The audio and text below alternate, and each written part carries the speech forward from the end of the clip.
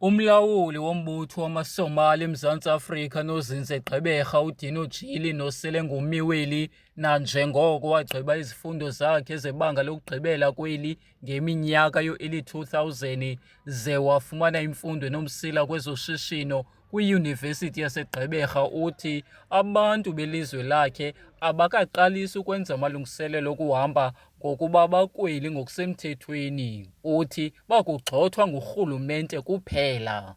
And a lot of people ask the same question, but I always tell them we are under the protection of the government, and the government hasn't stated yet the foreigners or the Somalis or the Ethiopians must leave the countries. It's only illegal foreigners, and they're dealing with that illegal foreigners. So we leave that for the government. 30th of June is close, and we're all waiting. I'm not scared because I'm legally in the country, and not only me, it's a lot, thousands of people are legal in the country.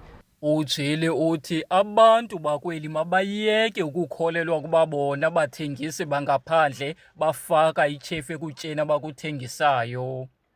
Uthi ayingabo abavelisa oku kutya abakuthengisayo. The people need to know one thing: we don't manufacture anything. We buy everything from the wholesalers, and the wholesalers belong to South Africans. We don't make our own thing. We need the customers, and the customer need us.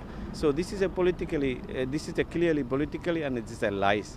And things like that is happening sometime, and we know where it's coming from. There's individual people are trying to confuse the people, and this is clearly lies. There is no evidence. There is nothing like they have a proof, and we will never do something like that.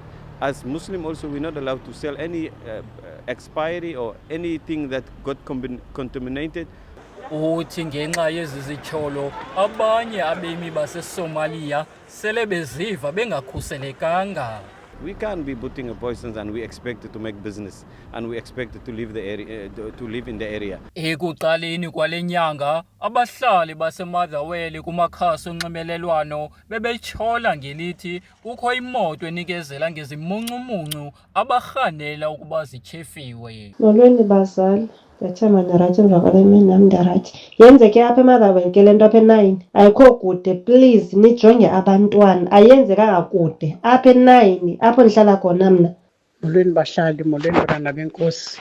Nyhani kuba mna phango 8:30 bendinyuka ndisuka apha ndiya kwaSpa, ndihamba kanye apha ezantsi apha eNjakazi, uyabona. Ndibagibisele ngezo switi mna besandinika, ndabathuka. Qha ndabathuka ngale ndlela le yobukrwada, ndabathuka njengoba kwesi simo endikuso. Ndabaqalekisa, ndabazigibisa lapho kwaphaa kube emotweni, ezo chips ezisheke phantsi ndazinyathela bejongile.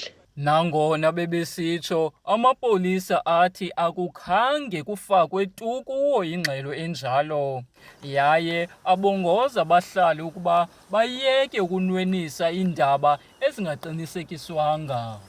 The South African Police Service cannot confirm any incidents of information received or a suspicious black vehicle driving around in the NU9 or other areas of Motherwell in the past week or the weekend.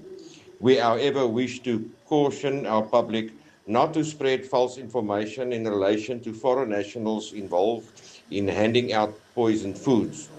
We will treat all information with the necessary attention and investigation, but need to add that spreading false or fake news could have negative consequences in terms of the law to persons spreading such fake news. Nangona sele kushiyeke iintsuku ezili-11 phambi kokuba ibe ngumhla wokugqibela kule nyanga, iSomalia lelinye lamazwe afana neKenya angakathathi inxaxheba ekukhupheni izithuthi zokugodusa abemi bala mazwe. Kwiindaba ze-MPK TV, ndinguzandile Bhokhwana eGqeberha.